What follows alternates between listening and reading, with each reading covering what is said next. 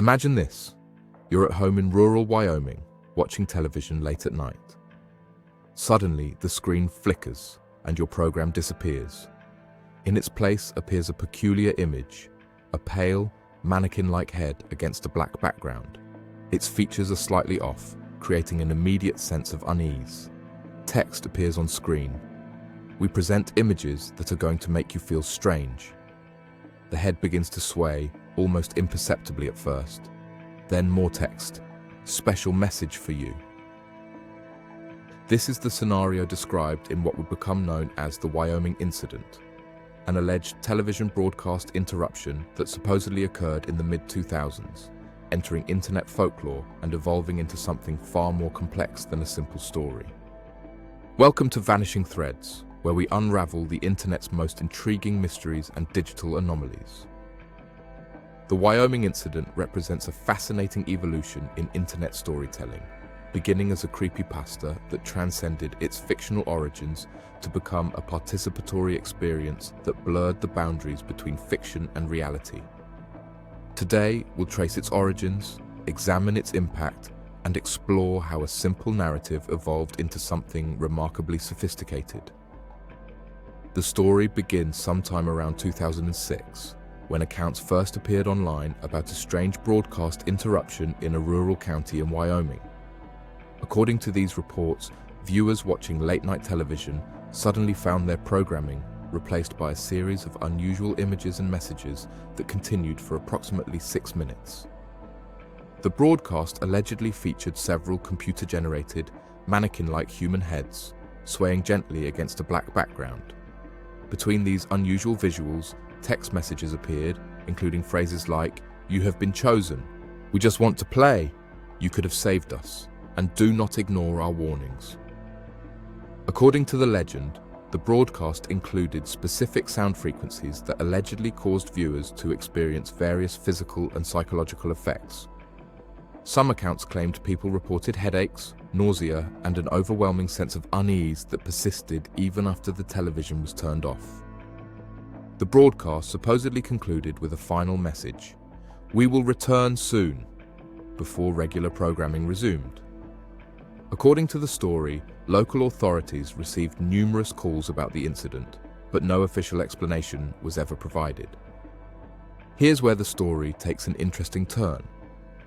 Despite the detailed accounts, no verified reports of an actual broadcast hijacking in Wyoming during this period exist in news archives or FCC records. The most likely explanation is that the Wyoming Incident began as a creepypasta, a type of internet folklore designed to be shared and believed as true, despite being fictional. Broadcast hijackings, where unauthorized individuals interrupt regular programming, are indeed real phenomena.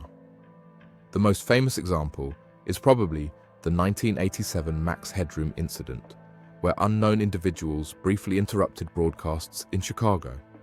However, these incidents are extremely rare and technically challenging to execute. What makes the Wyoming Incident particularly fascinating is not its questionable authenticity, but what happened after the story began circulating. Around 2007, a series of videos appeared on early YouTube, claiming to be recordings of the original broadcast. These videos contained all the elements described in the written accounts: the pale, swaying heads, the cryptic text messages, and unusual audio that some viewers claimed affected their mood or physical state. The videos were presented with minimal context, often uploaded by anonymous accounts with generic usernames. This deliberate ambiguity enhanced the mystery. Were these recreations based on the written story? Or were they, as some viewers speculated, actual footage from the alleged incident? Technical analysis of the videos reveals sophisticated editing techniques for the time period and deliberately degraded quality to mimic the appearance of a VHS recording of a television broadcast. The faces appear to be early 3D models, carefully animated to create an uncanny valley effect, where something looks almost human but not quite, triggering discomfort in viewers. The audio tracks contain layered sounds and binaural elements that, while not harmful, could potentially cause mild discomfort or unease in some viewers. What's particularly notable is that these videos didn't simply recreate the story, they expanded it. New elements appeared, sequences of numbers that viewers began to interpret as codes, subtle images that required frame-by-frame analysis to discover, and audio elements that, when examined with spectrogram software, revealed hidden messages and patterns. This expansion of the original narrative marked the Wyoming Incident's transformation from simple creepypasta to something more interactive, an ARG, or alternate reality game, where the audience becomes active participants in uncovering and even shaping the narrative. The Wyoming Incident became something of a collaborative storytelling experiment, with a dedicated community forming around analyzing and interpreting every aspect of the videos. Internet forums filled with theories, interpretations, and reports of personal experiences related to viewing the content. Forums dedicated to analyzing the Wyoming Incident emerged. Viewers shared their interpretations, reported unusual experiences after watching the videos, and worked collectively to decode the hidden elements. Some claimed to have received mysterious emails after commenting on the videos or participating in these forums. Others reported finding related content on obscure websites that could only be accessed through clues hidden in the original videos. The community that formed around the Wyoming Incident developed its own mythology and canon. They established theories about the origins of the broadcast, ranging from government mind control experiments to supernatural entities attempting to communicate through technology. Some even claimed that the videos were created by a cult using the internet to identify and recruit psychologically susceptible individuals. What makes the Wyoming Incident particularly effective as an internet legend is its use of analog horror elements, a subgenre that plays on nostalgia and technological anxiety by presenting disturbing content through the familiar medium of broadcast television, VHS tapes, and early internet aesthetics. The degraded video quality, the CRT screen artifacts, the simple text overlays, all of these elements evoke a specific era of media consumption that many viewers associate with their childhood. There's something particularly unsettling about seeing familiar, trusted formats become vessels for disturbing content. Moreover, the Wyoming Incident emerged during a transitional period in internet culture. The mid-2000s saw the rise of user-generated content platforms like YouTube, but this was before sophisticated video editing tools were widely accessible, and before the internet community had become savvy to the conventions of found footage and fake paranormal content. This timing created a perfect environment for ambiguity. The videos were sophisticated enough to be unsettling, but contained just enough technical imperfections to seem authentic. Viewers weren't sure if they were watching an art project, a hoax, documentation of an actual event, or something else entirely. The most compelling aspect of the Wyoming Incident may be how it continues to evolve. New videos occasionally appear, claiming to be newly discovered footage from the original broadcast. These newer entries often reference elements that gain traction in community discussions, creating a feedback loop between creator and audience. This collaborative aspect represents a fascinating evolution in how we create and consume horror narratives. Rather than a single author crafting a story for passive consumption, the Wyoming Incident became a participatory experience where the line between creator and audience blurred. The community's theories and interpretations were incorporated into subsequent content, creating a dynamic, evolving mythology. The Wyoming Incident also represents an early example of what would later become a thriving subgenre of internet horror. Analog horror series like Local 58, The Mandela Catalog, and Gemini Home Entertainment all owe a creative debt to the Wyoming Incident's pioneering format. So, who actually created the Wyoming Incident? While no one has definitively claimed authorship, analysis of the original videos suggests they were the work of someone with considerable knowledge of video editing, sound design, and psychology. The deliberate use of specific visual techniques and audio frequencies demonstrates an understanding of how to manipulate viewer perception and emotional response. Some community members have identified potential creators based on stylistic similarities to other early YouTube horror content, but without confirmation, these remain speculations. Perhaps this anonymity is fitting. It allows the Wyoming Incident to exist as a collective creation rather than the work of a single author. In many ways, the Wyoming Incident perfectly encapsulates the power of internet legends. It began as a simple story, evolved through community participation, and eventually transcended its origins to become something larger and more complex than its creator likely intended. What makes it particularly effective is how it plays on very real anxieties about technology, influence, and control. The idea that our most trusted devices, our televisions, our computers, could be hijacked and used against us taps into fundamental fears about our relationship with technology. The broadcast hijacking element of the story isn't entirely far-fetched either. Real incidents like the Max Headroom signal intrusion of 1987, where unknown individuals briefly took over Chicago television broadcasts, provide just enough historical precedent to make the Wyoming Incident's premise plausible to those unfamiliar with the technical challenges of such an operation. Today, the Wyoming Incident continues to unsettle new generations of internet users. The original videos still circulate, occasionally finding their way to new viewers who experience the same uncertainty and discomfort as those who discovered them years ago. For those interested in exploring this phenomenon further, versions of the Wyoming Incident videos remain available online, though it's worth noting that experiencing this content is entirely at the viewer's discretion. Many report finding the videos unsettling, which is precisely what makes them effective as a piece of internet folklore. It's also important to understand the Wyoming Incident in a broader cultural context. The early 2000s represented a pivotal moment in how we consumed media. Traditional broadcast television was beginning to compete with online content, creating a transitional space where the boundaries between old and new media were blurring.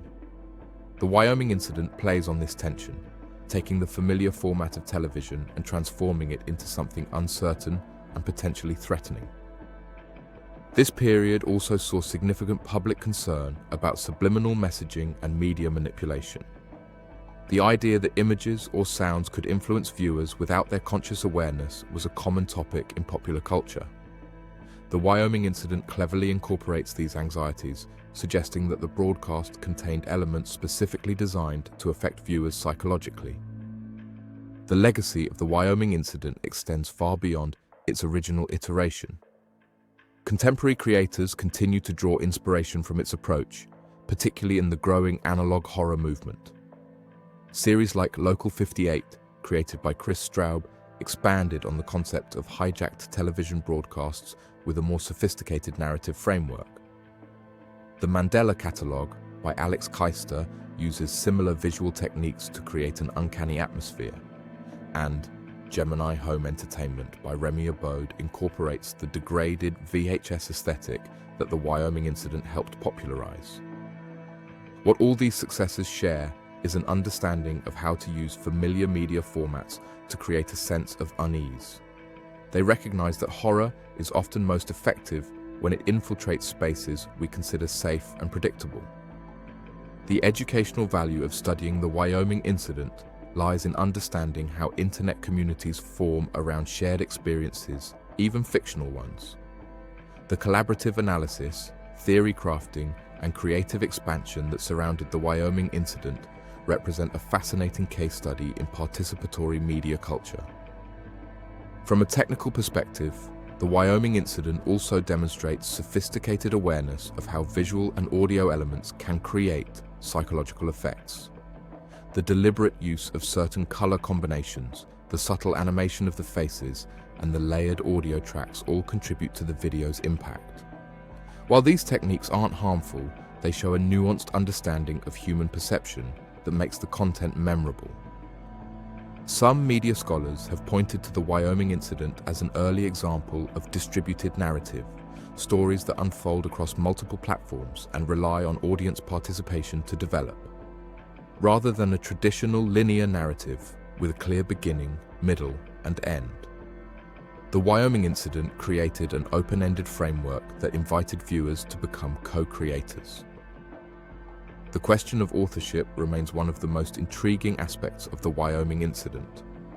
While certain individuals have occasionally been suggested as potential creators, the lack of definitive attribution may be deliberate rather than accidental. By remaining anonymous, the creator or creators allowed the work to exist independently of any particular artistic identity, enhancing its mysterious quality. As we consider the Wyoming Incident's place in internet culture, it's worth reflecting on how our relationship with digital media has evolved since its creation. Today's internet users are generally more media literate and skeptical of unusual content they encounter online. The effectiveness of something like the Wyoming Incident might be diminished in an era where sophisticated CGI, deepfakes, and AI-generated content have made us more wary of what we see on our screens. Yet despite this increased skepticism, we remain fascinated by digital mysteries and unexplained phenomena. Perhaps this suggests something fundamental about human psychology: our persistent desire to find meaning and narrative in the unknown, even when we recognize its fictional nature. As for whether any aspect of the Wyoming Incident was real, perhaps that's asking the wrong question. The community it created, the creative works it inspired, and the discussions it generated are undeniably real, regardless of its origins. In that sense, the Wyoming Incident transcended its status as fiction to become a genuine cultural phenomenon.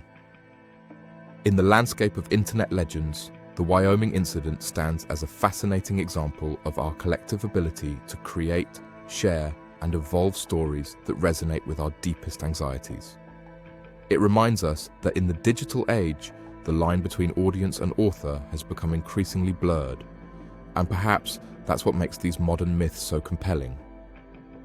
The mannequin-like heads may never have actually appeared on Wyoming television sets, but they certainly captured our imagination, leading us down a path of curiosity, creativity, and collaborative storytelling that continues to resonate with new audiences, discovering the content for the first time.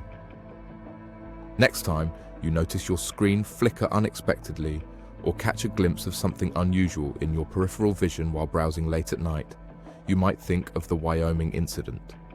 And perhaps you'll appreciate how effectively a simple internet story managed to tap into our complex relationship with the technology that surrounds us.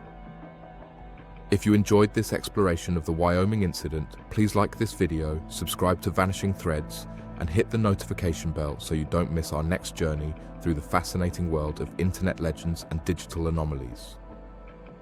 Thanks for tuning in, and until next time, stay curious, stay safe.